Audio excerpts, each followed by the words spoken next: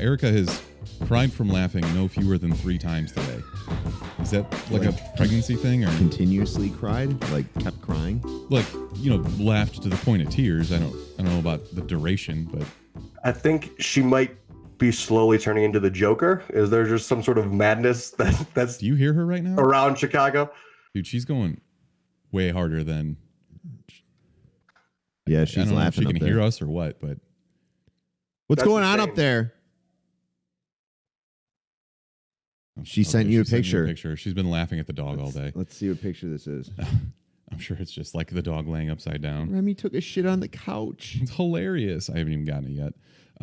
Just a classic case of the giggles. Yeah, update to follow. So were you as exhausted yesterday as I was from fucking Dungeons and Dragons? Yeah, that shit is tiring. I don't understand. And I stood up maybe twice within 4 hours. As soon as everybody left, I unhooked everything and I went and sat down on the couch upstairs and just immediately fell asleep. Yeah. Could be the brain power. Yeah, the Malorts doesn't help, but also the brain power it takes to be always actively role playing in a fake universe is mentaling on the brain, I would imagine. How long did you guys do it? 4 hours? It was about 4.5, I think. Yeah, like 4.5 hours. I don't know. Mark said he had to leave and then he didn't. They're like, we should, next time we're doing an all day session. I'm like, what's an all day session? It's been 4.5 hours of this. Fuck. Yeah, that's when you we need talked to about starting at like 10 a.m. and going until 8 p.m. I just need like food. This is all she's been laughing at is just him standing on the back of the couch. Hilarious. Just him standing there? Yeah. He's a big dog perched like a bird. I don't know. What's not funny about that? He's a weirdo. You know what it was, though? We didn't get our coffees this time, Brick. It's your fault. No shit. Yeah, no shit. Didn't get our McDonald's extra sugar coffees. I actually have been cutting coffee out. Why? Good. That's why I didn't get you guys coffee this time. He knew. I knew that. Points to Brick. I used to drink so much of it that I feel like it was interrupting my sleep cycle, and I just wasn't getting the sleep that I thought I should. How late would you be drinking it till? Until the afternoon, like till like 3 o'clock maybe. Oh my god! I don't think the caffeine doesn't stay in your system, and like. God, you guys aren't even dads yet, and you guys are having some dad-ass conversations right now. Are you guys kidding me? I'm cutting out my sugar. I get sleepy. My tummy hurts when I go to sleep. That's what you're. Don't we have a podcast about movies, guys? He's so bitter that he doesn't get to play Dungeons and Dragons with us. Yeah, you're pissed off. Admit it. Exactly. Yeah, I am actually so bitter. I'm scheming in the background. We're already completely derailed every time because Rob will just come and be like, I want to kill that guy and rob him. Yeah. I'm like, you can do that? Okay. The best part about the D&D sessions Jesus. are the murder chants. The murder chants are the best part of the whole D&D sessions. They are fantastic. What's your kill count? It's always have you killed anybody yet? I think I have the biggest kill count. I killed somebody our first session right before we ended. And then I injured that guy. It's because Gooby, my pet mastiff, I rolled like a who hates 2. you. Your dog hates you. Yeah, I rolled a 2. I think I proned the guy, and then who finished him off? The last guy. You did? I've got 2 kills, so you got 1. Yeah. And then Rob's got like a dozen. Then there's just finishing just people murdering off. Everybody. Yeah, that checks out. I would be the derailer as well. We wouldn't get anywhere. You are always. I know. The first game that we played, I was like making flower fake people as a magician and poofing him in Mark's face for no reason. Yeah, for no reason. Joe was like, I don't know if it was like a sign from God that Brick needed to get the flu, because I feel like we could actually finish. Yeah, we wouldn't even got into the tavern or wherever we ended that session if you were there, because you would have made us all like juggle and fucking climb trees and shit with your sorcery, or whoever your guy was. No, because I actually am too ADD for that. At that, like, there's a point where I'm playing like D&D, and then I'll just be like, I want to finish it. So I kind of get to the point where I want to go through the story, and I like to do random, funny, dumb shit because it's just funny to do. I think it makes it more entertaining. That session, there were only 3 of us left. It was me and you and Elise. Yeah, that was just like everybody else had either had to leave or was barfing outside. Yeah. So, what's your backstory in that game? Mine? You really want to know my ex-cult? ex-cult member from the cult of Bane, who is one of the 3 gods or whatever that we're trying to, or the 3 demons that we're trying to take down. And Tommy Wee Gnomes, spelled with a K instead of a G. yeah, I'm not. I have it all laid out, but I'm not going to get into it now. I want somebody to ask did that on us accident. during the campaign. Yo, what happened to you again, Tommy? And Nobody then is. Well, I was in a ask you. dark Someone's alley, gotta ask and both my parents were killed, and now they call me Specifically Tommy because Wee you want us Gnomes. to ask. Nobody's going to ask. I'm a rock gnome, and my parents were murdered in a pebble alley. Ugh. But there's a whole backstory with me having a love interest that happens to be one of the cult members' sisters, and he gets pissed off, and I'll leave it at that. Great. And shit goes haywire. A love interest and a twist. Wow, I am Big intrigued. twist. I need to know more about these Tommy Wee Gnomes with a K. He didn't do that on purpose either. I was literally writing my character. I'm just like, I'm going to be a dwarf with a big dick. And that's it. Tripod the curse. Who thought of that? You? How much? Yeah. Have you used your dick as a weapon yet, or no? Yeah, that's how I finished somebody yesterday.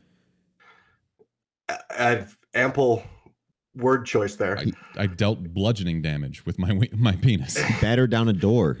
That too. So you just did you donkey punch her or something? Or what did you do? Well, was it a gnome? Was it a ghoul, a gremlin? Tripod the Cursed carries a glaive, so he's got long reach with it. So he reached around the back of her leg and cut her Achilles Old reach tendon, around. and it was flopping all around. And she dropped one knee, and then I finished her off with my wang. Okay, that's a gruesome way to go. You gave her the reach You around, asked. and then you donked her with the dick. If you want Hey. more like this, tune into our D&D streams. Yeah. Yeah, where can they find it? Where can we find them? That's good content. They are on our Twitch channel, _Chumpcast, and then Mark has also been uploading them to YouTube. So I presume later this week it'll be available there. Really good time though. Yeah. Shout out to the crew. All right, I've got a question. I feel like we're the foremost experts on who's going to heck and who isn't. Of course. So obviously the internet was abuzz this week with a video of a woman who had reclined her airplane seat and a man who was sitting behind her who kept pushing the back of it. And we were trying to figure out who the asshole was in this scenario. And obviously the answer is everybody. Both of them. Yeah. But one of them has to be more at fault than the other, right? I would have to agree. First of all, yeah, I never recline. You can't be reclining. I'm 6 foot. I know there's tall people, there's short people. There's no need to, what do you gain from reclining back? So if somebody reclines in front of you, you're not going to recline. You're just going to allow yourself to be even more boxed in. No, I'm just going to punch the back of their seat forever. Yeah, no, I give a audible sigh, obviously. Ugh. And then I'll just rest my head on it because I'm usually gaming on the Switch because the Switch is the perfect portable airport I think toy. what we witnessed was that guy was just really pissed off because he had the back seat, and what he would have done is reclined himself, but he couldn't because he was up against the fucking bathroom wall or whatever. I know what you're trying to do right now. And you're trying to make it okay to recline your seat because you are a seat recliner. I do not initiate the recline, but if somebody, I'm a domino recliner. If people start reclining in front of me, I'm reclining. Get a You're a backbone. monster. Maybe you won't need to recline. Just you just don't need to. You gain nothing really, and it's just absolute. It completely crunches the person behind you. I think you gain a lot, especially if you have like an iPad set up in front of you Gain to watch a lot. movie. Yeah, this what is it? What do you think you get? 5 inches of recline? Maybe. I'm frowning. I'm Okay, but frowning. when your scope is 20 inches, maybe from chest to back of seat, 5 inches is 25% of your space. Great I understand. So I'm saying reclining makes sense. You asked me what you gain from reclining. I'm saying that you actually gain more than you would think because if you're watching something in front of you, like on an iPad, you reclining that extra 25% or whatever, Smithers, will give you a lot. Like you won't be fucking right over whatever you're watching. But or doing, eventually, based on your logic, eventually someone loses 25% of their space. unless they recline. They can't. That's the point of this video And is you that's get to the very back. That's and what then I said. That was the issue. Is this Also- guy couldn't recline? Exit rows can't recline. Well, So get fucked. Sometimes you just get fucked. this is Mark. Mark is going to heck. Sometimes Well, you just can't you know, do anything. that's why they have those exit rows. It's not to get off the plane. It's to stop domino fucking recliners so that there's a little break there so that not everybody's reclining in the goddamn cabin. I like how Mark just tried to pawn it off on whoever's sitting in front of him. Here's my final if I would have known, if I would have known that you were a domino recliner, even any recliner, I would have made you go see Cats, and that's a goddamn fact. Too late, though. I don't think the lady was the one that reclined. I don't think she should have reclined regardless. However, if she reclined and the person in front of her wasn't reclined, that's a complete dick move. If she reclined because she just had that initial instinct from that person in front of her reclining, it's not as bad, but she should have understood, like, the dude was obviously pissed off. I would have been like, oh shit, my bad. Like, I wasn't thinking about it. Yeah. So what you miss in the video, wrong. She took this video and she was trying to show the internet. She was trying to get the internet on her side. Like, this idiot's punching the back of my seat because I reclined. And then what happened is it blew up completely in her face because everybody's like, well, you fucking suck for reclining your seat. Yeah. But also, we don't know how that happened. He could have just been like, not even been like, ma'am, like, I don't have any room back here. Do you mind going back up? We don't know if he just started punching her right away. We have no clue, right? So, like, maybe she was like, hey, do you mind if I recline? And he was like, no, do it anyways. Either way, I think it's pretty obvious that both of these people suck. Yeah.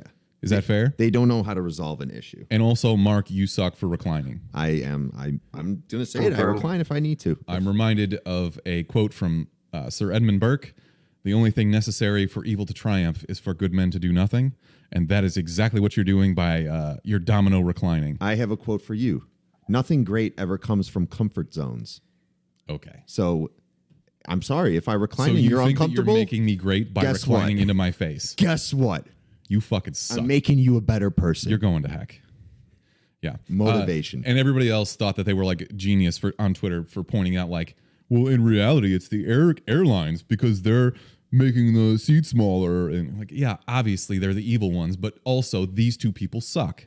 Wasn't there a whole thing where they were going to put these new seats in airlines where like the roller coaster? Basically the middle seat is like a couple inches back farther? That would be genius because then you're not elbowing everybody. Exactly. Yeah. I don't know what the fuck happened to that idea. Well, now everybody's idea is, or like on Spirit Airlines, they're talking about like kind of more upright. Like you're almost standing, but in reality, like you're leaning a little bit and you strap in. It's like a roller coaster. Mm-hmm. So that's what everybody's leaning towards now, just so they can cram more people onto an airplane. No pun intended. Thanks. Anyways, everybody sucks. We're all going to heck. Oh, also, I have a question. Is there a reason why you guys think like they haven't raised the seats a little bit more? Don't you think there could be a lot more like space issues resolved if they gave a little bit more room under the seat? Because I feel like a lot of backpacks could fit under that seat, but like when it comes down to it, and one of the flight attendants is like, "Sir, that backpack needs to go under there," and if it doesn't, you're like, "Fuck it, I'm throwing it up top." I get what you mean, but as like the resident 5'5" guy on the podcast. Does your head get to? It's close. Is it? Okay. Like it's not super close. Like you'd not have 5'5". You'd have to be like 7'2" for it to matter. But yeah, I would imagine that there's some kind of thought for that. You 5'5" piece of shit. Speaking of which, we met some NBA players this week. I'm just trying to solve the world's problems. That was fun. Oh, right? Tell me about the 5G Verizon experience. Actually, so the fastest internet, 5G done right. Brand partners. Dunked on Ben Simmons. Fucked his ACL up. Definitely didn't. Swag. So the NBA All-Star Game's in Chicago this week, and a marketing team from Verizon reached out and invited us to just kind of go hang out. There's drinks, food. You get to meet some other people on Instagram that like with, I don't know, moderate followings, I guess. Is that fair? Some of them from what I saw on Instagram, because they put us all in a group chat to like give us the deets on logistics and all that. And that's how you know he's an influencer now, because he uses deets. We all, I mean, we don't have time to worry about fully saying a word, so we kind of just shorten things. But you wouldn't understand that yet. You're not in the influencer Instagram group yet. Way out of the influence game. But yeah, there were some people that had some pretty decent followings. One guy is a Twitch streamer, and from what I saw, he had subs close to, I think, like 10 grand, which is pretty good on Twitch, right? That's plenty. Yeah, that's a lot. We would love 10 grand in subs. Yeah. Yeah, so we went to hang out. They pitched their 5G network, which I was tentative with at best because it's not real 5G yet. Yeah. Like they're getting there, and Verizon is probably the furthest along. But until you get gigabit streaming to your phone and all your other devices in your house, it's not true 5G. Is it kind of like the whole TV thing where they're making these 8K TVs, but it's there's like no 8K product? Yeah, it's kind of like that. Yeah. I don't know. It'll be great once it comes because I think that'll be the downfall of like Comcast and Mediacom and all those giants because what do they have left? Yeah. But we'll see. I talked to Tanner about this a lot, who's like his expertise in the military is like telecommunications. Mm-hmm. So his knowledge of the technology is like way more than mine. But the way he explains things to me is it's promising. Just like think that you don't have to have like a wired internet connection or Wi-Fi anymore. You just get everything through 5G. Okay. Everyone's using That's 5G, pretty heat. though. Like you're getting Everyone it from will a be. satellite or Yes. a cell tower or It's something? cell coverage. Okay. Like, you know how we went from 3G to 4G and everything got Yeah. a lot faster? Yeah. Same thing, Okay. except it's on an exponential curve. Gotcha. So, yeah. Hmm. I don't know. That's it. It was fun, That's though. it, There were yeah. NBA players there. Tyler Harrow was there. Who are the players? Full Ben name Simmons drop? was there. Mark says he dunked on him, but he didn't. I felt short, which was weird. Rare. You're like 6'4", dude. I'm 6'5". Well, what were the VR goggles that you guys were playing with? I asked him. I didn't do it. Mark? It was like a whole game intro where you're like in a seat and some general comes up to you and he's like, "We need you to start this mission immediately," type thing, and you parachute down into some random island. And then I was like, okay, this is enough. I was doing it for like 5 minutes and I felt like I was taking up way too much time doing it. So, but it was okay, cool. word. Not as cool as Super Oculus, hot. though. Yeah, you don't move. You just sit there and kind of just, Oh, They didn't really? be Go ahead. controllers, right? It was just a headset. yeah, it was just a headset. I'm not sure what that had to do with 5G, but Oh, so they're just like, oh, technology, flash much. it here. it was a good time Yeah. though. I'm glad they had us. Well, there Oh, was no sure. lag or anything. I don't know if that's an issue with VR simulation stuff. Not usually. Sometimes, I suppose, but that's just like every game, I guess. I did think it was kind of funny though that they had like a phone set up that was clearly like the store's phone, and they were going through Instagram watching to see what we posted about it. Yeah. And they were like, 5G is here. Check out 5G, and 5G is the way to go. And then you look up at the top, and like on your cell phone, it'll tell you what service you have, and it was 4G. Some guys on like, 1G. Well, okay. Fuck, what's going on? I'm on the 1G. Edge network. Remember the Edge network? That's how you knew you couldn't get anything on your iPhone. Boost Mobile. Yeah. Shout out. Oh, fun stuff. It And was a yet- good time though. Any other questions, Brick?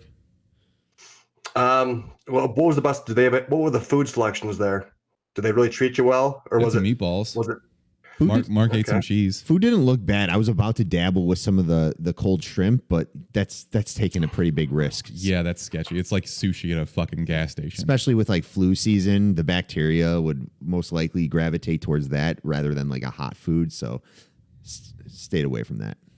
It was also like Smart. negative 10 degrees out, and Oh, now it's it's fucking miserable. now it's 40 degrees out. We won't continue talking about weather, but it's Yeah, So what a it was great at the podcast. flagship store on Michigan Avenue, which there's no easy way to get to. Like public transportation, Matt. you can kind of park nearby, but you got to park a couple blocks away, and it was fucking miserable. So Now we're getting to public transportation. This place we're really putting out some good content right here. And now I if can't you've even been talk. to Chicago, you know that Michigan Avenue is not the easiest to get to. Yeah, whatever.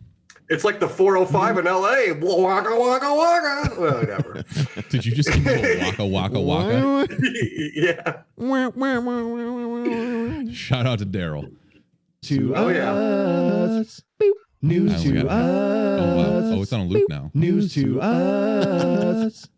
News to maybe we should just us. do this the whole time when you do it. Do the news. Well, I have to kind of put soundboard.com on blast because they deleted all my fucking drops and I had to go find the 3 that we use for every episode. But Are you eat confident shit. you want to keep making new drops and putting them on there? No, not at all. But I'm Okay. also going to start saving them. Like I used to they were like 3-second clips. So I would throw them as MP3s and upload them and then delete them. So I didn't have them anymore. But now, I don't know. Fuck them.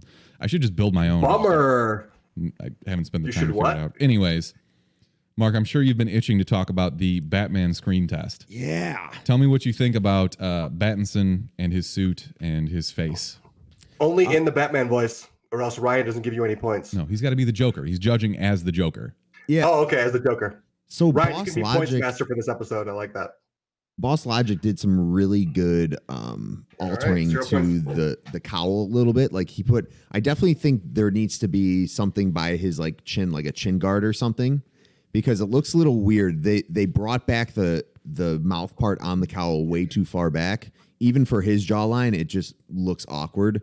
But overall, what they're going for with this is obviously from like the golden age. This is Batman's start. He's creating he's basically making his suit. This is his start as Batman. He's not getting any help from Lucius or anyone like that yet. So this is like year one. This is Batman like start. Bill Finger, Bob Kane type Batman design, I feel like. Okay. From looking at the cowl, you don't see the ears and everyone's messing with like, oh, what's going to be the height of the ears? They'll be probably more. They're not going to suit you because they're not going to be 8 inches tall. No, they won't be like a Kelly Jones from Not like the long Nightfall. Halloween. Yeah. How many Batmans have the actual chin Batmen, covered up? Excuse me. Thank you. Bat Thank people. you. Okay, good. How many have the what? Say that again. How many have their chin covered? Like, I think, isn't Robert Pattinson's chin line one of the biggest draws to why he would be a Batman? I feel like you have to have a strong chin if you're going to be selected as Batman. Yeah, that's what I'm saying. Why would you cover it up? I'll show you what I'm talking about. It's kind of hard to explain. You're talking about like the under. Yeah, it like goes. Under your neck. It goes like right here on the chin. I don't mean like his whole jawline is covered. If you go to Boss Logic's page, he has done like 5 of these, and he's like, per request, here's a small chin guard, and it looks really good. You'll see what he did with it. I think there are still some things they need to do with the cowl, but this is what they're going for, so let it be, I guess. Who do you want to be the first villain in the Batman Origins? Well, we already know who it's going to be, so. Oh, who is it? It's going to be Penguin is Penguin and the Riddler. Yeah, Colin Farrell, and then we have Riddler is Paul Dano, right? Yeah, I think so. Okay. So what are your favorite Batman stories that you want from the comics to be portrayed in the movie for Robert Pattinson specifically? Do you have anything? Yeah, you want a brand new thing? You don't want any adaptations Not really. from comic book? They take liberties with all of them anyways. I don't know. Obviously, you weren't asking me, but yeah, I think they can do a completely new story. A lot of people were talking about like they said his suit was going to be after like the Long Halloween. I don't know if you've ever read that by Tim Sale, and I forgot who wrote it. But give me a brief thing of that over the last Halloween. It's cool. It goes by like all the big events throughout the year, and every like New Year's Eve, Halloween, Christmas, even like Father's Day. It all has what? I was gonna say, so it's kind of like the Hulu horror story series, more or less, where they're kind of taking out they're basing off of the holidays in more or less terms. That's cool. I like that concept. Yeah, but something significant happened. It was a 12 issue, or it might have been 13. They added something in there, but it was 12 or 13 issues, and each had a significant date of the year, and they all had something associated with it and ties into the story. But I don't think they're going to do that. I would just hope they're going to do something that we haven't seen before, and I know they're going to give us a flashback of his parents getting killed. I just hope they really don't get into that. Who's been murdered more, Uncle Ben or Batman's parents? Batman's parents. It's got to be. I think I've seen only because so many fucking the body count's doubled. So ridiculous. Yeah, and so on Screen Rant, I never really go on the comments, but I actually commented something on Screen Rant. They're like, Batman's the bat symbol on his chest piece is supposedly, they're saying it's the gun that killed his parents, and I'm just like, golly, I sure do hope that they tell us the story of how that happened, because we have not really had any insight into that. And people were like liking it and whatever. And then one guy was like, well, I didn't hear anyone complain when they did it in the Joker. And I was just going to be like, it's literally the only thing we complained about that dude movie. Everyone complained about that. I turned to a person I didn't even know sitting next to me and was like, come on, they didn't need to fucking do that. That's funny. But I liked it. Yeah, they're definitely going to go into his parents' death because if it's true, that's what Batman's defining moment is. I know, but using the gun incorporate it into his fucking bat didn't symbol. Look anything like a gun. I know, but it was like mechanical looking. It was weird. It was kind of like futuristic steampunk. Yeah. Like I don't want to say it was cyberpunk because it wasn't, but it was just like it was very blocky and like you could tell it was mechanical, bolted together and shit. I don't know. I also will say like the first Batman that we have from Bill Finger, Bob Kane, whatever, is a lot of people didn't like the cape collar type thing. You know what I'm talking about? So that's that old school Batman. I actually think that shit's kind of cool. But okay. I also think it would be cool to like be able to upgrade, visibly see the upgrades to the bat suit, and that's part of Batman's lore as well. Is like all of his sweet gadgets and how he kind of has a bunch of different toys to play with and how he upgrades himself and all of his ships and cars and all that other stuff he does. Yeah, I completely agree with you, and I hope they do it on the screen because one of the reasons why I love The Dark Knight and I think it stands out from any Batman animated or whatever, you could easily take a movie like that and just give him a new suit. But the way Nolan did it, where he explained, like he had Christian Bale say, I need to be able to move my neck. And they reinvented the suit in The Dark Knight. That was just like a reason why I appreciated that movie a lot more because they actually showed how it happened, like why it happened, why he needed these changes to suits. So I think it would be cool if you had something where he's working with Lucius and creating his new suit. That allows for weaknesses for Batman to be exposed and how he overcomes. Well, you like learn from whatever, like you get stabbed and you're like, oh fuck, I got to make this knife proof. Yep. Exactly. Also, Jeffrey Wright shared something on Twitter, basically like the first look at the bat symbol. Like they're just doing screen tests for this now, but I feel like they've been talking about it for so long. This iteration, like finally we realize that they're actually working on it, which is exciting.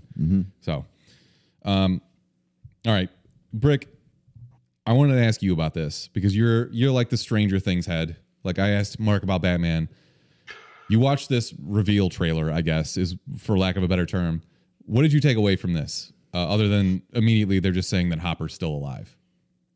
Yeah, well, they had some clear hints at the end of the season that everyone already knew that he was going to be back anyway.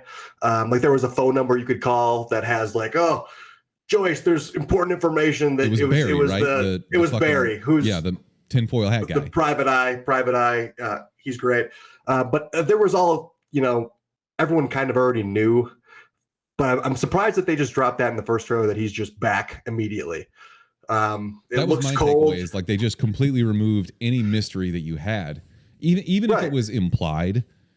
Like they called it the American, it still was open ended, and now for this to be the first reveal is just kind of weird. And I guess it feels like if it's gonna be like the first episode where they reveal like, yeah, whatever, it's fine, he's fine, then I guess it doesn't really matter.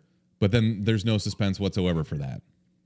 Right. I think that would have been a pretty decent, episode 1 reveal if they wanted to kind of keep it early and get him back quickly. But also, is it that it's maybe it was so predictable in their mind that they're just like, give him this. They're not going to know what's coming after that, that's the most positive spin zone for Stranger Things, but they haven't disappointed yet for me personally. So that's true. I can give them that positive spin zone. I'm all for it. What do we think? Do we want to do some predictions on what the hell we think is going to happen? I think the Russians are going to open up the portal completely. You think they'll reopen it? I think Hopper is going to be the one who has to be like, yo, you can't open this portal. And he's going to try and break out of prison, obviously, and figure out. He should be the man on the inside. I don't know how the hell all those goddamn teenagers are going to get to Russia, though. Well, we were literally, Mark watched it for the first time sitting next to me. He goes, oh, so Hopper's Jason Bourne now? Like, right? He's just going to fucking Jason Bourne his way out of this shit. I don't think that they can open the portal in Russia. I think they actually have to do it in Indiana. Like, isn't that the point of the story, is that it's this small, shitty town in Indiana that they have to... Unless that huge explosion did something to disrupt sort of the Underdark that they have there. That's so fair. I don't know. There's a lot to speculate there, which is I thought I'd be more upset about it. I thought I'd be more upset that they're like, oh yeah, they immediately revealed Hopper. Like, fuck, why would they do that? But I don't know. I could see them give us the easy stuff, make us want more in the actual episodes, absolute show. I think they're going to bring more of the 11, all the number characters back in this, who will have all those telekinetic or whatever abilities, and if they do open the portal, I mean, this would be a great moment to actually bring those characters back that you only had one episode of in Chicago. 2, yeah, whatever episode that was. So I think that might be a good chance that they're going to bring in a lot of those characters that have similar powers to fight these demons. That would be a good call, because I think there's probably a lot of Russian testing that they could do a lot of that, like testing on children, and they could make a pretty good villain out of the Russians that they have. Whatever happens, they're going to end up opening the portal. However much it opens, I don't know, but whatever main Russian general there is, or whoever's running this whole thing, is going to get thrown into the portal, and they're going to close it just in time before it can come out. And that's how this new season's going to end. That's my prediction. It's gotten progressively bigger and bigger every season, right? I mean, like the unknown being. Yeah, pretty much. Or has it always been just like Flayer, then the Demogorgon, then the Mind Flayer, and yeah. But they also expanded. It wasn't just the Demogorgon. Now there's like Demodogs, and all they're bigger. Their mind hive is growing. So kind of more of an immortal threat. They would bring back all the other numbers, though, considering how everybody except for me hated that episode. Oh, everyone hated it. I hated that episode. An article for a website about how it wasn't that bad. Yeah. And everybody was like, "You're an idiot." I'm like, all right, whatever.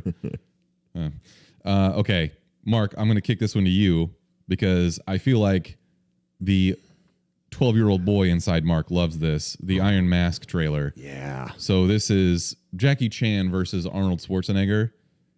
Arnold I know. The best Jackie Chan movies, though, besides like Rumble in the Bronx and the classics, are the ones where he has a team up with somebody. You have like Shanghai Nights, Rush Noon. Hour, everything. Yeah. Owen Wilson would be great if they brought him back. Yeah. So we were kind of wondering where Jackie Chan has been these last couple of years, because you haven't seen him out. And I mean, last time we saw him was basically like Rush Hour, and he looked like he was 30. Now he's in this movie. He looks like he's 80, but still absolutely got it in terms of like the physical being that he is just doing. He's still doing his own stunts, right? We can assume that. I think he is never. I just have to assume so. I think he's never fully let his bones actually heal. Like they've been just soft from him breaking all of them. So he just took 12 years off. He was like, I need to fully just let myself recover. And now he's breaking bones again. Right, yeah. I need him to do like Gumby, like a live action Gumby. What? And just have him if anyone's going to do Gumby, it's going to be Eddie Murphy. Dude. Why would Eddie Murphy be Gumby? The SNL skit. I don't remember that. I've never seen that. Okay, well, you're too young. I'll go check it out. Either way, but you guys are absolutely right. Like the movies that he's been in were like in the early 2000s, like The Tuxedo, Rush Hour 2. There was a stint where he did Drunken Master. Mm-hmm. He did a lot of the movies that have been overseas in China, but a lot of the movies that he does in America have all been voice acting, like Kung Fu Panda, the Lego Ninjago movie, like one more that I'm thinking of, The Nut Job, like the nutty that one squirrel. Yeah. And I think he's kind of coming back with his bangers, because what we have in pre-production are Rush Hour 4, which is rumored, which I'm all in. It's going to happen. It's going to happen. Rush Hour 4 is coming. Great, brilliant. And then there's Shanghai Dawn, which is the final part of that trilogy with him and Owen Wilson. It wasn't really like a sequel trilogy thing, though. Like they were different times. Shanghai Dawn. Yeah, so they did Shanghai Nights, Shanghai Noon, and now they're going to do Shanghai Dawn. It makes sense, but I wonder what time period that's going to be set in. It's just announced that it's not even in pre-production or anything. But I think we're going to get more Jackie Chan. I think he's back, baby. That's what I'm talking about. You know what I need from Jackie Chan? One of my favorite titles is Jackie Chan Stunt Master on PlayStation 1. Have you ever played that game? God. It's fun. It was one of my favorite games growing up to play. Great bosses, great gameplay, great missions. If they brought that back for Xbox or PS5 or whatever, that'd be fucking amazing. You're making me want to like put an emulator on my computer and. Dude, Jackie Chan Stunt Master was such a good game. That's actually a pretty good concept of a game, honestly. I think there was a game called like being a stuntman, and there was a game called Stuntman that you are a stuntman driver and you just get to do all these awesome explosions while you're like driving a car. Wasn't that it just called Driver? No, it's called Stuntman. Do you remember the game Driver though? Oh yeah, of course. It was like Okay, Grand so Theft those are Auto. different. All right. Yeah, they are different games. But Stuntman was there was like a track. It was basically like a time trial, more or less, and you just got to do all these giant movie scenes, and you were on these movie sets that had all these giant explosions and stuff. That needs to come back. I just realized that we've talked zero about this movie. It looks horrible. The CGI is bad. It's really bad. Oh my god, yeah, we have. Hilarious. Apparently, this is a sequel to something that was never released internationally. I don't know how the fuck this is going to be successful in the slightest, other than just Arnold and Jackie Chan. But I also feel like we saw the entirety of their roles in this trailer, and they're just not going to show up for the rest of the movie. That would be a huge bummer. I would be so pissed. But yeah, Arnold and Jackie Chan, the fight of 2000 that we wanted. And I would have loved to have a 10-year-old birthday party at this movie, right? Yeah, for sure.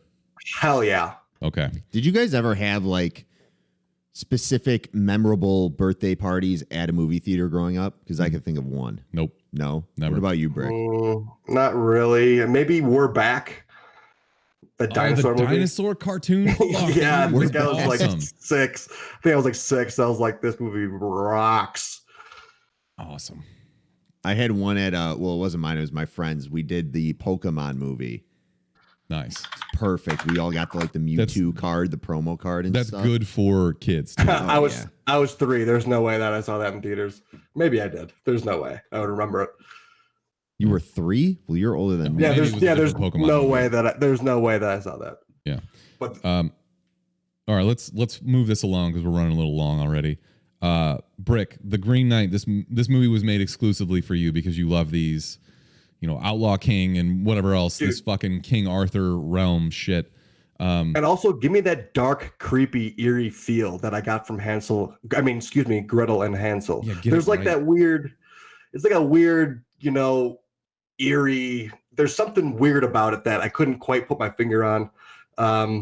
Literally, that giant tree monster is the first thing that you see in that Asgard's Wrath VR game that I have. A dude in a mask? Like, I couldn't tell if that was supposed to be something supernatural or... It definitely is. They have literally a giant's hand climbing over like a mountain from the mist coming up. It's definitely going to be a lot of mythical stuff. Yeah. I guess it's an A24 movie. Mm-hmm.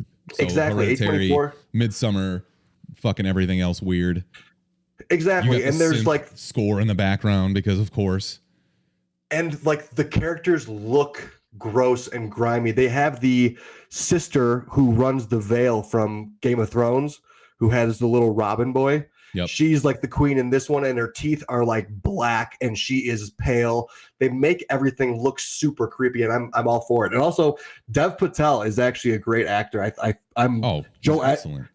Joel Edgerton's in this movie. Your boy Alicia Vikander is also in this movie. I miss her so much. Oscar winner and Laura Croft, Tomb Raider, Alicia Vikander. Yeah. Dev Patel's Give great. me all he this. was Slumdog Millionaire and fucking Chappie. Like, he's excellent. Yeah, no, he Last Airbender, Slumdog Millionaire. You said Slumdog Millionaire already. There's one more that I thought he was in that was really The Newsroom. He was in The Newsroom too, the HBO show. Okay, I like him in that as well. Yeah, but I mean, this is like A24. Like, the ingredients, like everything is there. There's like supernatural shit maybe going on. Kid puppet displays with beheadings where the kids freak out. I'm looking forward to like the score too. The score was what really kind of, it was like offbeat, but also creepy like synth music. Eerie. That's what A24 does. Absolutely, they nail it. They stay on brand. Exactly. And a howling fox. Have you ever seen a fox howl? That was really creepy to me. I don't know why. No, what did it sound like? It sounded like a dog howling, but it was a fox. Okay. Rewatch the trailer. It's fucking creepy. Okay. All right. Last thing I want to talk about is the puppets too. I gotta bring up the puppets. Yeah, Mark, what do you think? Mark, what do you think of those puppets? Very A24. Yeah. Had the weird synth shit, weird, creepy old puppets that no kid would ever want to witness in their life. But that was all they had. They didn't have TV, like anything that I would still be like, I'm fucking out. I'm out. I'm not dealing with this shit. You'd be like, this is the best fucking thing ever. They need me more gore. Give me my fucking bloodlust. Oh. But think about all like the crap, like the weird, creepy stories that a psycho from the medieval times would come up with. Literally, they had the guy get his head cut off. Absolutely. People that are like in that era just like went through some shit. And like, if you just there's so many psychos in that era, there has to be. Just because people are getting killed on the regular and it's like, oh, no big deal. I would not do good in medieval times. Like I said, like nobody did. Gretel and Hansel. I would be like, yo, use this lantern as light. I'd be like, no, I'm not fucking holding a creepy ass lantern to go through this little fucking hallway. There's no way I'm doing that type of shit. Literally a third of the population of Europe died in medieval times. Like nobody did well in medieval times. Proving my point. Did you hear the news, by the way, since we're on this cast topic? Alicia Vikander, or what's her name? Alicia? Vikander, yeah. She's in talks to be Spider-Woman. Do you hear that? Okay. I can see that, though. Yeah. Supposedly Sony or whoever now is Sony heading that is in talks with her. Well, I wasn't going to put this in the news because it's just kind of out there, but they reserved a slot in 2021 for like an unannounced movie. Yeah. So maybe that's what it's going to be. Uh-huh. All right. Nice. Look at that. Breaking news. When do those Spider-Man movies come out with the Back to the Spider-Verse? Not till next year. Not until 2021. Oh, we're getting a Gwen, right? Yeah, they haven't really announced much more about that yet, but it's supposed to be coming. Okay. Yeah. Okay, last trailer. The French Dispatch with Timothy Chalamet. Nice.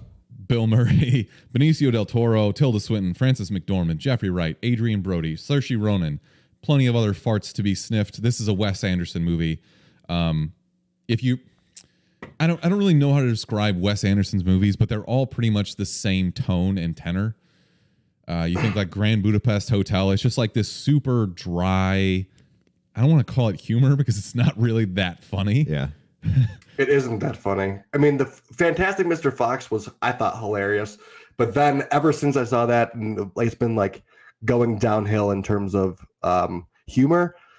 But I feel like they always keep getting better and better with the casts. But I mean, they always have the same ones, but they keep adding to it. Like this one, yeah, your boy or my boy, Timothy Chalamet.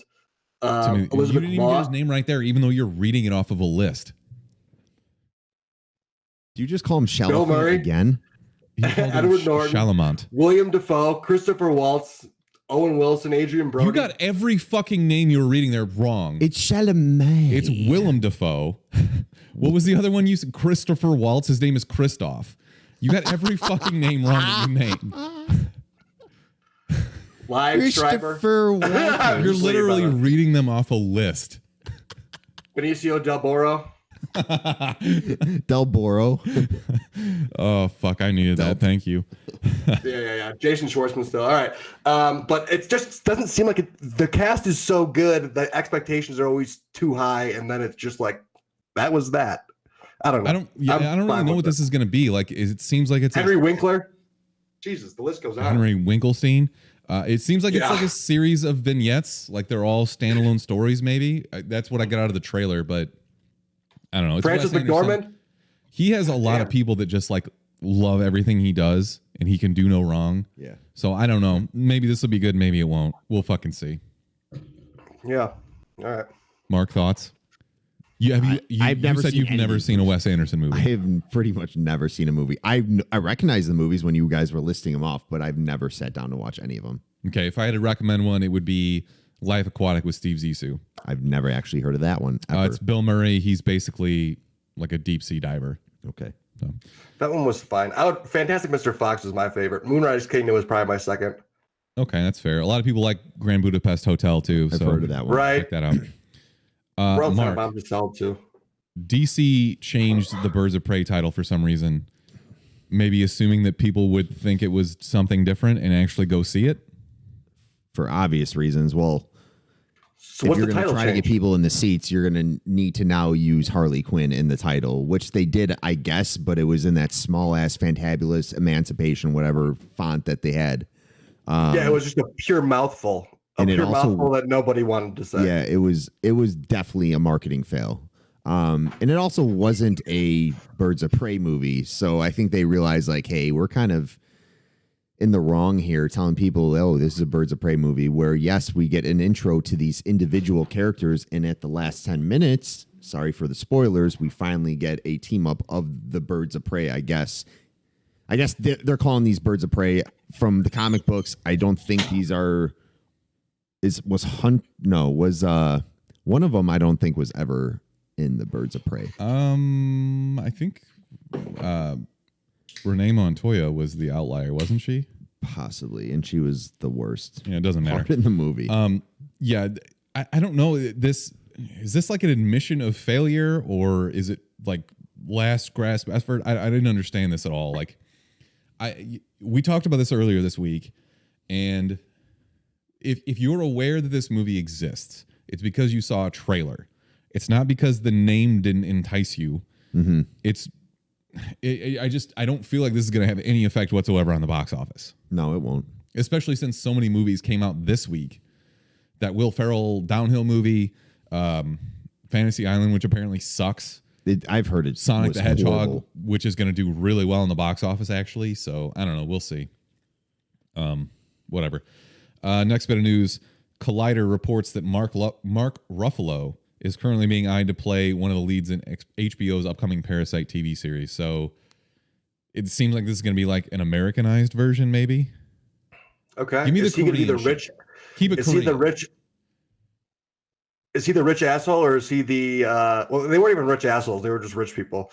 They were just naive. Is he the naive rich person, or is he going to be like the? Is he going to be like the driver for the dad? I don't know. The thing about this series is we don't know where it's going to be focused. Right, We don't know if it's going to keep the same characters. It kind of But seems Mark like Ruffalo with is an actor. maybe not. Is Bong Joon-ho still going to have He's parts going to in be this? connected to it. I want to say that maybe I'm just thinking Damon Lindelof because he's been in the news so much, but I think that he was going to like kind of co-head this with him. I would hope so. I could be wrong. I don't know. Wait, is that the guy from Star Wars and Game of Thrones? Did you just say that guy? No, Bong Joon-ho, the guy that directed. No, Parasite. Who was the other guy that you Damon said? Lindelof, who did Watchmen. Oh. Lindelof. I thought it was one of the guys, right? I thought you said David Benioff or whatever the guy's name is. Who I keep butchering names.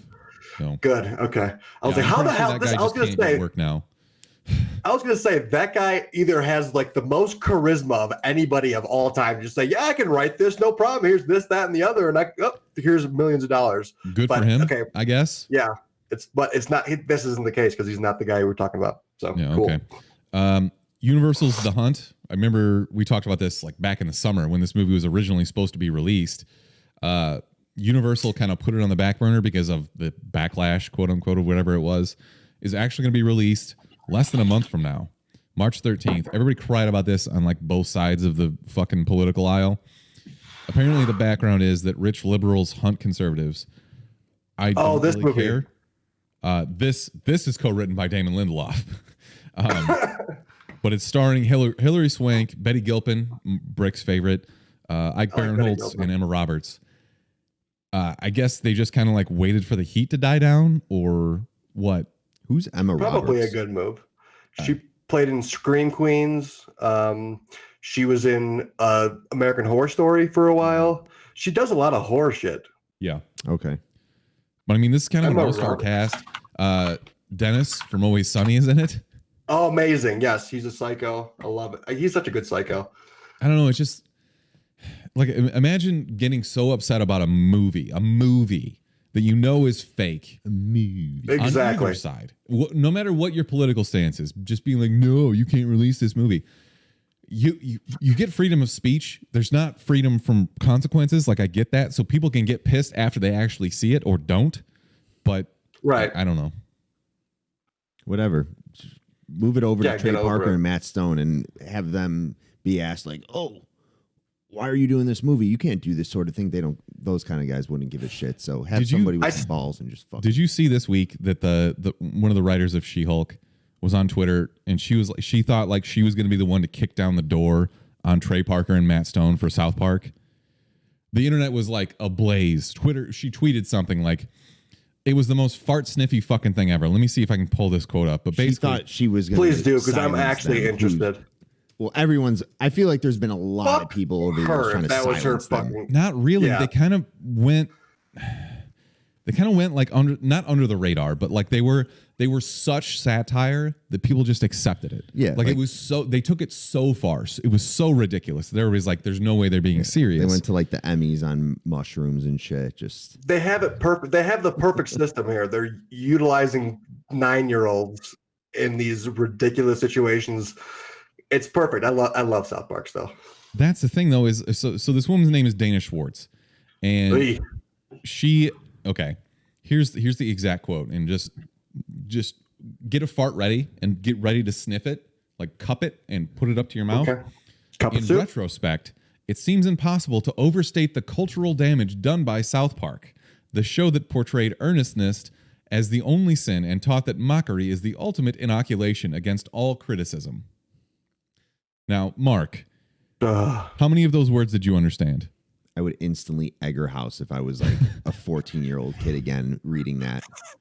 She continued down this fucking path. I swear I wasn't going to talk about this, but somebody brought up you talked about Matt Parker and Trey Stone. Here's the follow-up tweet. This is somehow even worse than the first one. Smugness is not the same as intelligence. Provocation isn't the same as bravery. The lesser of two evils aren't the same. It seems like South Park has been trying to reckon with this. I admit I haven't been watching the show in recent seasons. Okay. But I'm fascinated to see the creators apologizing. To be clear, I don't blame the show itself as much as I do the generation of boys who internalized it into their own personalities.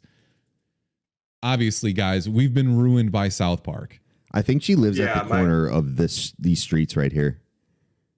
I think she lives right there. I can't read that because I'm old and Connecticut and St. Joe's Place. Stunning and Brave. Yeah, Stunning and the corner of Stunning Avenue and Brave Boulevard. Brave Boulevard and Stunning Street. She lives at the corner of those. Imagine those trying to die on this hill. Like, good joke. You're dad. Stunning and brave is what she is. This show takes itself seriously 0% of the time. I can't fucking fathom thinking that this is the reason why people are assholes today.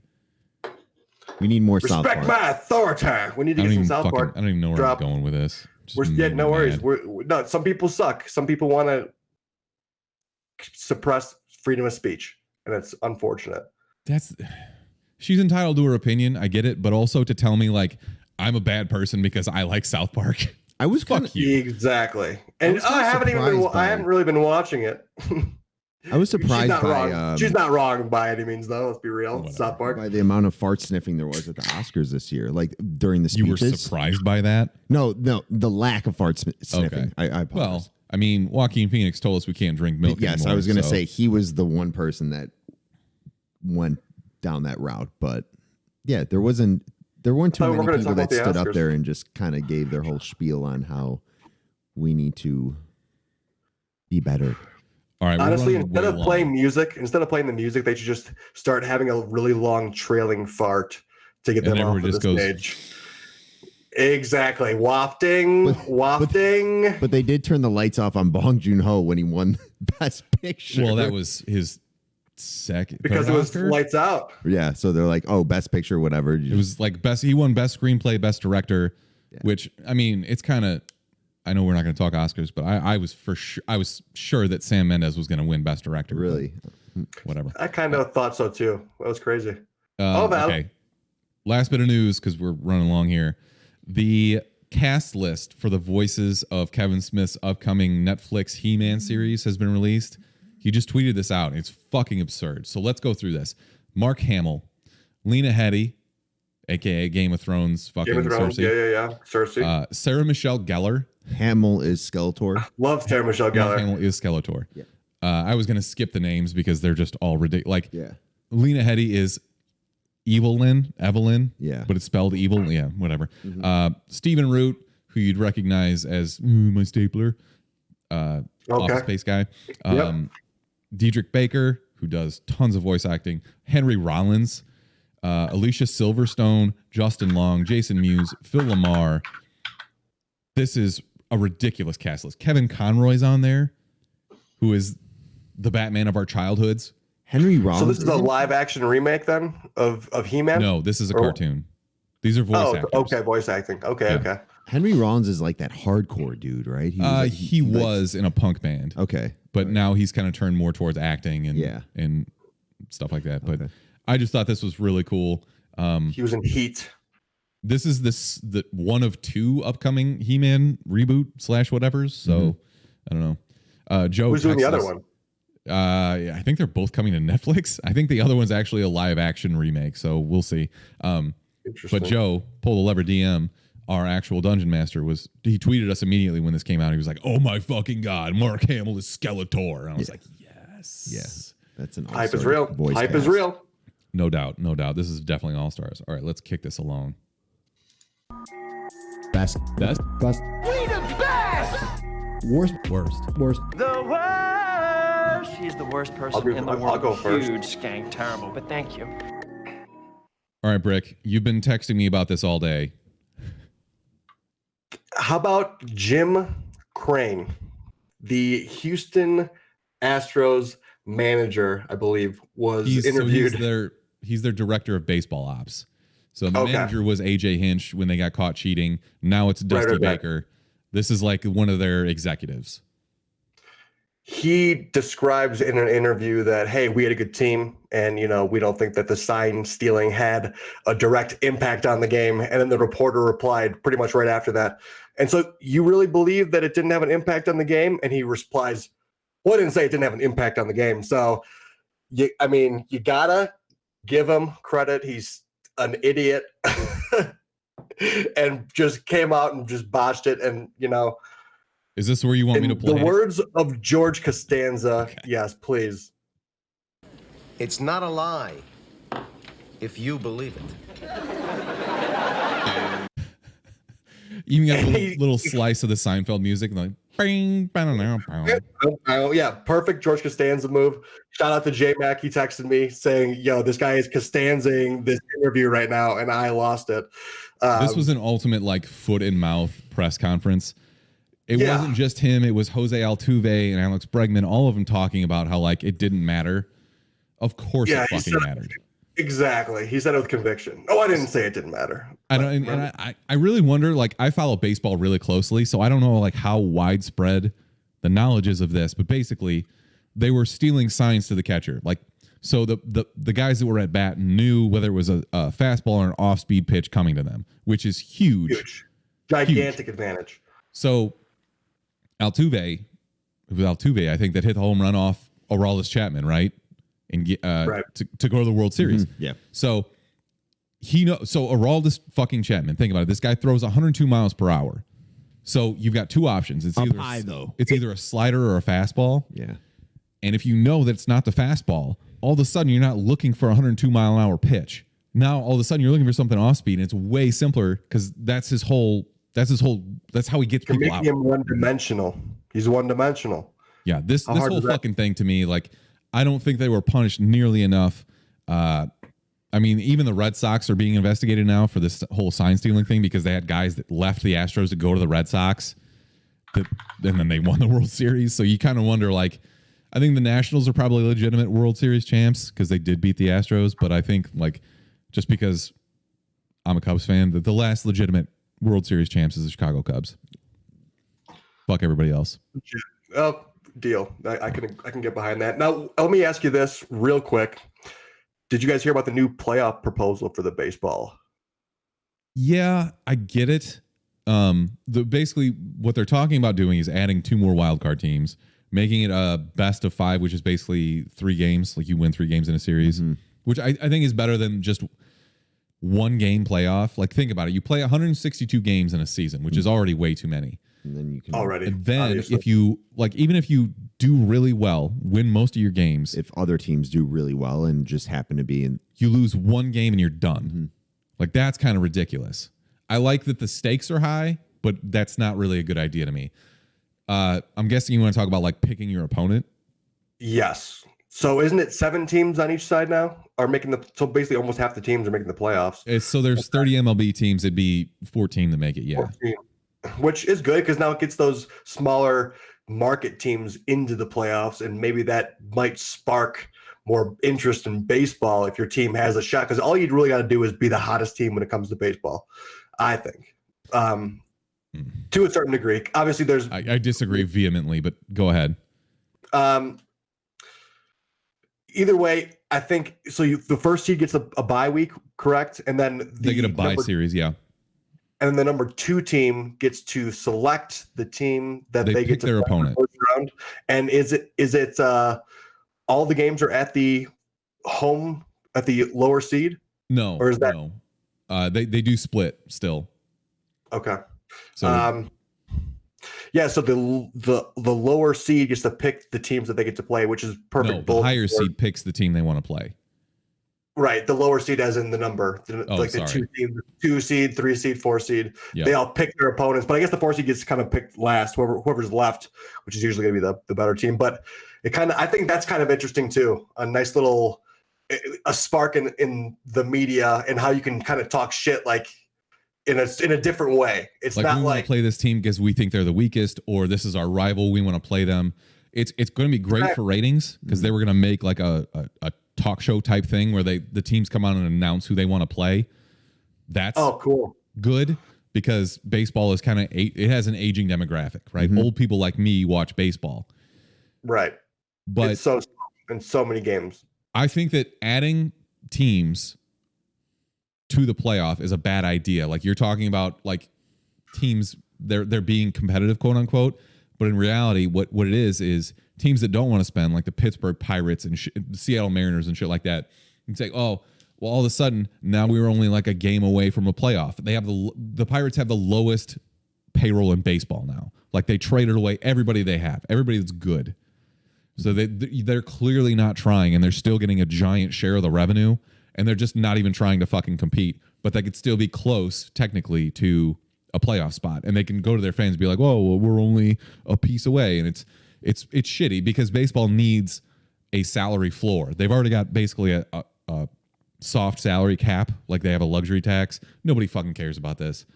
This is for the baseball podcast that we're not going to do. But I was actually finish that thought because I was about to ask if you think there should be a salary cap in baseball, which clearly you think there should be. It's not a salary cap; it's a luxury tax, and the more you go over the cap, quote unquote, the tax cap, the more you have to pay. And if you do it 3 years in a row, you start forfeiting your draft picks. So it makes it a lot harder, and it kind of levels the playing field. Talent, like the Yankees can't just go out and spend $1 billion on their payroll without consequence. But the problem is that there's no floor.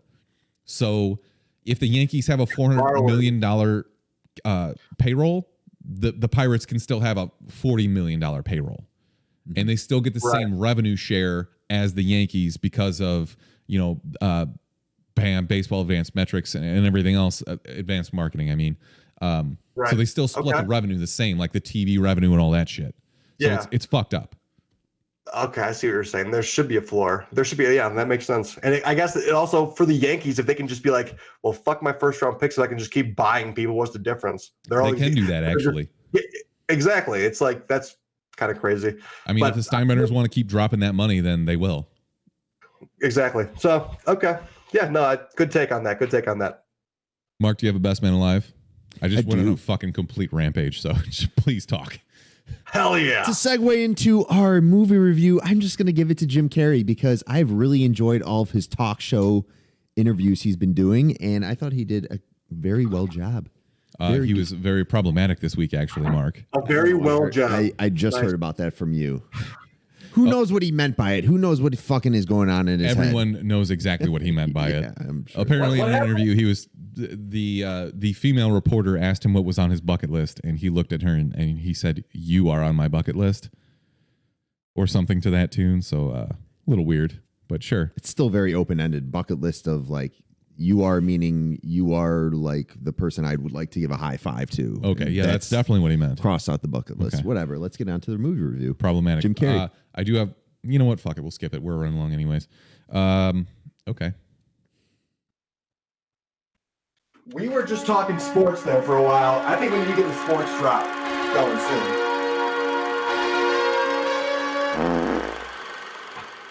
Nobody heard what you were saying because you weren't talking to your mic. So shut up. Bummer.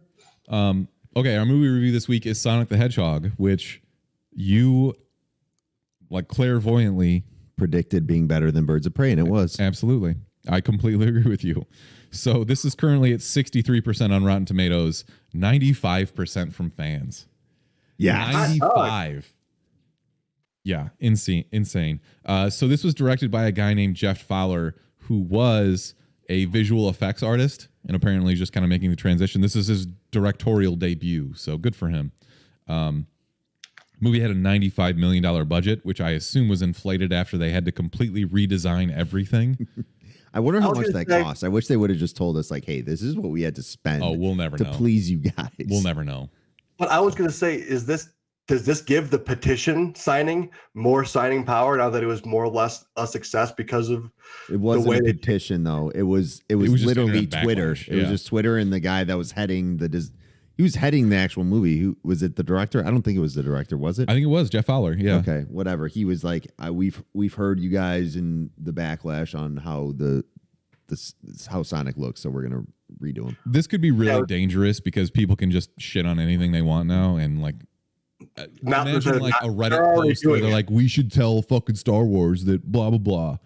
You know, we want a man fucking Skywalker back out here again. It's actually kind of funny though that takes more effect than a petition, because a petition takes a little bit more effort in like getting it signed by people and making it more official, as opposed to just somebody tweeting something just off the top of their heads and being like, okay, let's retweet the fuck out of this. I don't know. I generally only tweet when something pisses me off anyways. I like the tweet route. I wish people would listen to. So you don't want more petitions? No, I'd like more retweets and people actually like, okay, people are pissed off because they're retweeting this that much. Or so based on that $95 million budget, we're looking at a $70 million domestic opening, about 110 worldwide. This movie's doing really well, especially compared to Birds of Prey last week.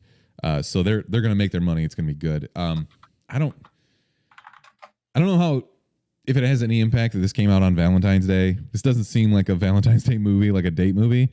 No, I posted a meme, quote unquote, in the Discord. It was just a tweet like, the number of people who are going to try and get laid after going to see Sonic the Hedgehog movie in theaters is absurd. Yeah. I thought that was really funny because it's blatantly true. But there was a lot of kids in the theater though. I don't know where you were sitting. I lucked out where I chose my seat because I was just towards the front, like at the very end of the aisle, and you could just hear kids running up and down the stairs. We were in the same show. Yeah. There was one kid that just screamed the entire time. Just is Sonic okay? Is Sonic okay, Mom? It was actually good that we went to see it in Dolby though, because it was so fucking loud that it was drowning out this little kid. So, all right, Ben Schwartz, aka John Ralphio, is Sonic the Hedgehog. He is a lonely, dimension-hopping nutjob who reminds me very much of Brick's attention span. One day, his loneliness gets to him, and he knocks out power to the entire Pacific Northwest, presumably killing thousands of people, which we discussed when we saw the trailer for this. What would happen if you knocked out the power to an entire quadrant of the U.S. is thousands of people would die. So Sonic is a murderer. I would hope they would have backup generators. That just sounds like lack of... Not if an EMP goes off, it blows up the generators too. Basically, Sonic the Hedgehog is a monster. Back to the whole. So James Marsden was an actual terrorist. Then he was more like Sonic the Hitler. Am I right?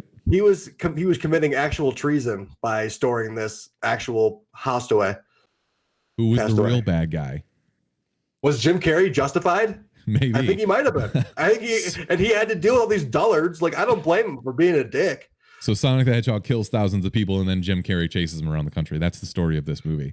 I don't think we need to spoil this because there's not really anything to spoil. You know that Sonic's going to be fine by the end of the movie because he's Sonic. He's a supercharged hedgehog. Of course he's fine. I just want to say stick around for the end of the movie. Because this is very children-focused with a lot of the shit they do. But with us being weirdo 30 almost year olds, or you're 30 or whatever. I'm 33. I'm 30. We go to these movies and enjoy them because we're like, oh my God, this is Sega Genesis. This is our childhood right now. This is nostalgia. There was definitely not as much Sonic like gaming related lore, if you will. Lore I would have liked to see, but that was fine. I got it. Like this is a kid focused movie. This is for children. Yeah, this is not made for us. But they also threw in things that made people like us happy. Well, you do the thing for the parents where you like make semi-adult kind of jokes. Yeah. And then like you keep the parents engaged and also the kids enjoy it too. Yeah, they hit you with the nostalgia too. And also I thought in the beginning when they showed Green Hills, the whole Green Hill universe and the, Bambi owl, if you will. I would have loved to see like a Sonic adventure style game, like an RPG with the unique like skills and movement to unlock different areas in the map, like a Mario 64, like a Mario 64 type of thing where you can jump into the paintings and those rings are like about with your attention span. Just redo the whole game, but in a movie. No, like that would be a great RPG style of Sonic. It'd be amazing. It'd be like Smithers, did you end up ever playing Mario Odyssey or no? Or was that just a Drunk Erica special? That's a Drunk Erica special. Great game. Okay. I digress then. I liked the movie how it starts off fast and the theme of the movie is just fast the whole time. It stayed on brand the whole time because that's just the way Sonic is. Whaaats, great name. Love the name of James Marsden, but that was about the best that I thought he I thought he was the weakest character, unfortunately. James Marsden? He was like, I thought he was fine, and then at the end he started to get better. But I thought he's got comedic chops, man. He's good. I love James Marsden. I think he's fantastic. But I thought they could have made his character a little bit stronger. I think Jim Carrey obviously stole the show. He's up for Villain of the Year. I think early running for Villain of the Year. It's literally we're a month into the year.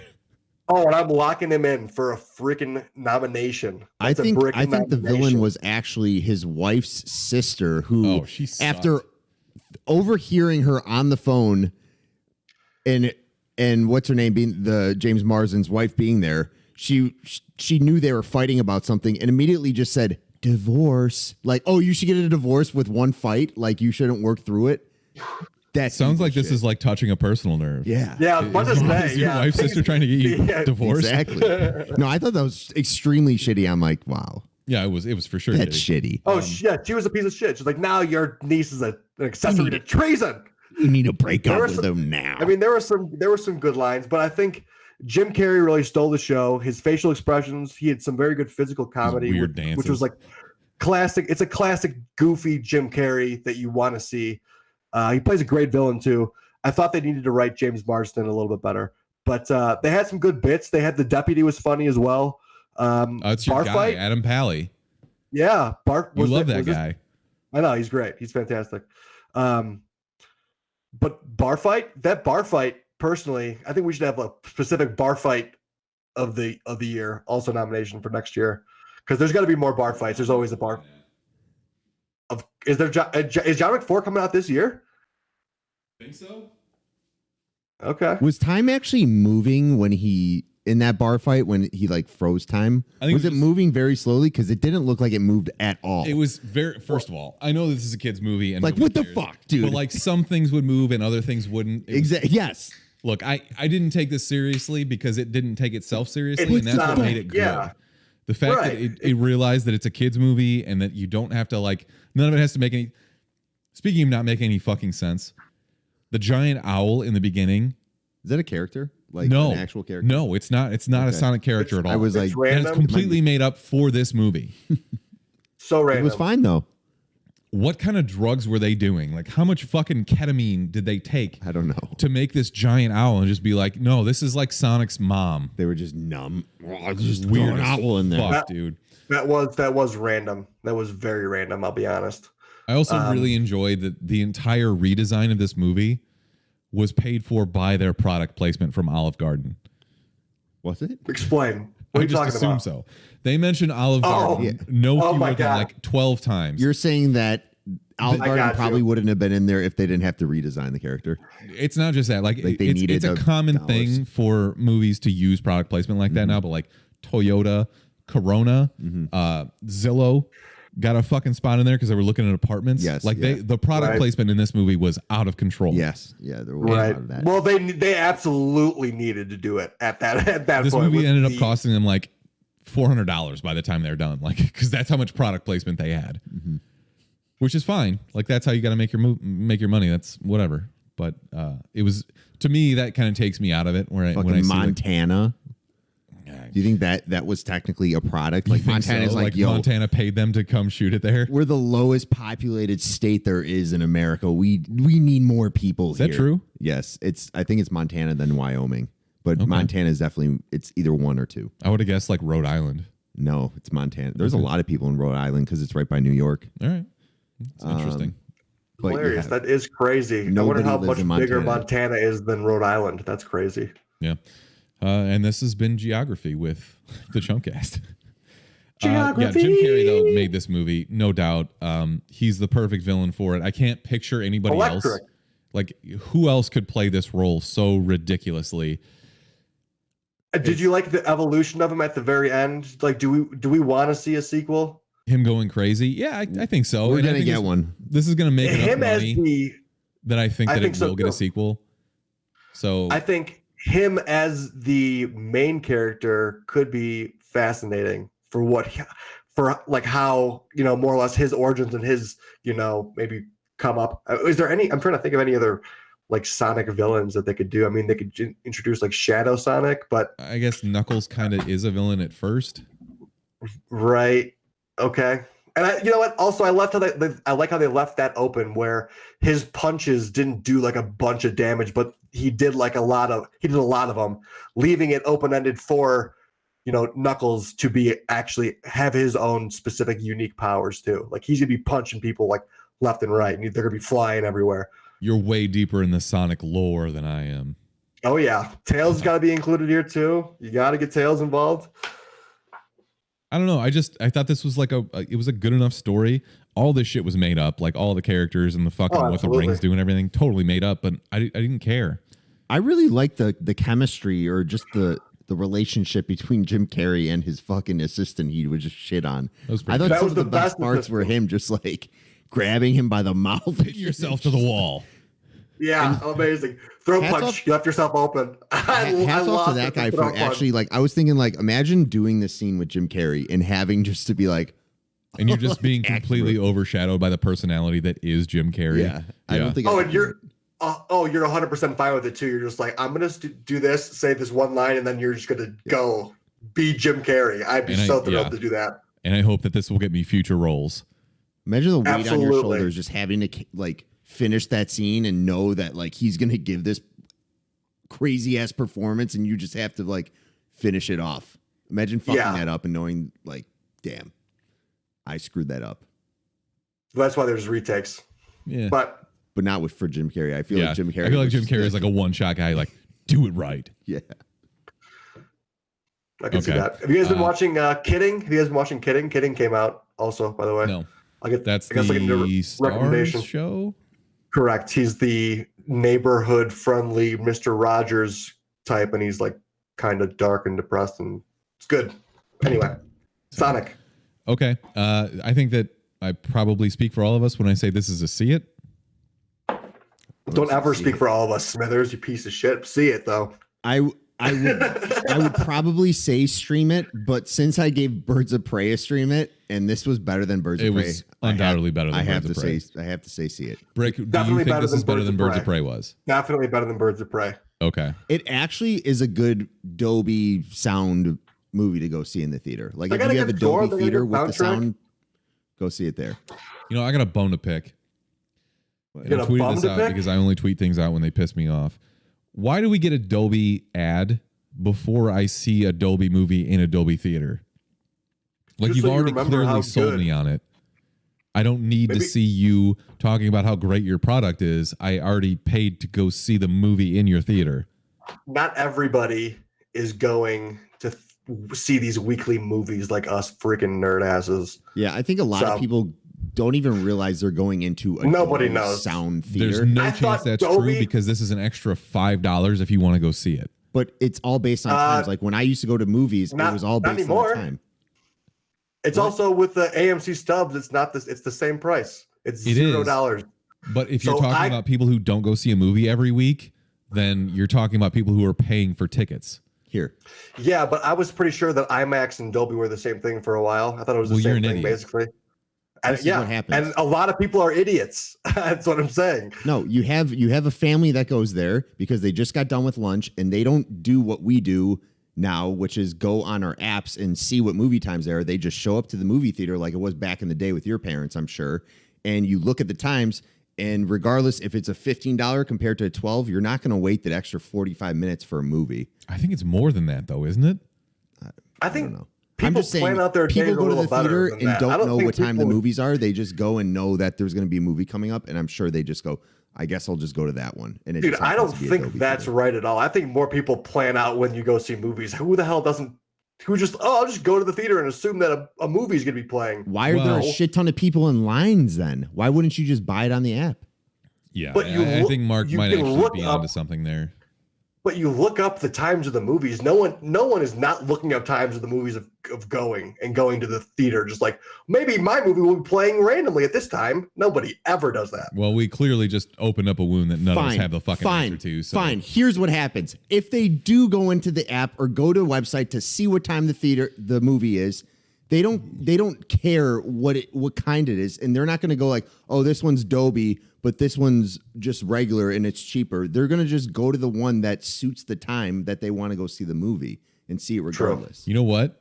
I don't care anymore, and I'm sorry that I asked this question. And you know what, dude? That's what really happens, okay? And I'm positive And that it's another right. thing.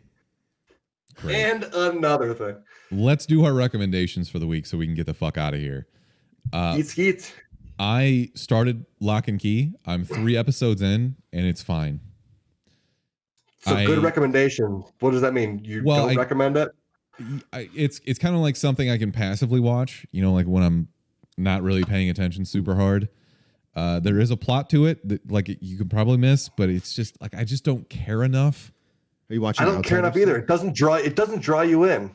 I started watching it too, and it doesn't draw me in whatsoever. Is this made for 5-10-year-olds? Like, what do you think? It seems to have more violent than that. I really couldn't tell who this is for because I talked to some people like Shauna on Chuckload Comics. I talked to her about it. She's a big Lock and Key comic fan, and she said it's nothing like the comic book. So I don't know who the fuck this is for. Are the comic books darker? Like that's kind of what I gathered from what she was saying, but yeah, they are. I don't know, man. It's fine. I'm going to finish it eventually. I don't know. It wasn't like, oh my god, I have to watch the next episode right now. It was just weird. I started watching it and I was like, I could turn this off and have no problems. Usually something will at least somewhat draw me in when I'm watching a show. Yeah. Not the case. Okay, I also wanted to mention that Hunters comes out this Friday on Amazon Prime. That was my recommendation. Okay, go for it then. No, you take it. I don't have it up. I don't really know anything about it yet, except for Al Pacino is an old Jewish man because that's what he does now. Instead of playing an old Italian man, now he's an old Jewish man for some reason. If you watch the Super Bowl, you saw a teaser trailer for this. It's basically there in the 70s. It's a period piece. Where they're basically hunting down real life Nazis. And I don't know. It looks interesting. I'm going to check it out at least. Could be good. A diverse band of Nazi hunters living in 1977 New York City discover hundreds of high-ranking Nazi officials are conspiring to create a Fourth Reich in the U.S. The eclectic team will set out on a bloody quest to bring them to justice. I'm proud of you for reading all of that properly. It's a good eclectic. I got eclectic. I didn't have an actor's name. There you go. That's what we were missing was an actual name. Al Pacino.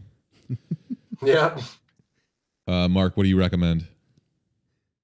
I don't really have anything, but just to close out. Comic books. Yo, what was that comic book that you got with the like Venom? Like, it seemed like a very self-realizing. Was it Venom? That was Venom 23. That is a comic book series I would recommend. It has been going on for 2 years. It's being written by Donny Cates. What's it about? It seems like a very child book. Kind of like he's like Scotty Young did a variant cover, meaning he's not the actual artist in doing the book, but he does like this variant for different covers for the issue. And he did one. His thing is drawing those little kitty-like figures, but a lot of his comic books he does are not that at all. No, but he draws those characters. Remember Fuck Fairyland? Fuck Fairyland is great. It's a great book. But Scotty Young will be at C2E2 along with Donny Cates and Ryan billion Stegman, other people. And then I don't know if Mark Bagley, he's the guy that's actually doing the art on Venom. But all those guys are going to be there. I was just saying that would be an awesome cover to get signed by all three of those guys. Okay. Plus, it's white and it looks clean. Like it has that white look. It grabbed my attention, especially because the art was right. It's on point. I liked it a lot, actually. That's why I actually brought it up. What's it about, dude? What's the actual Venom book about? Have you started? Have you started it?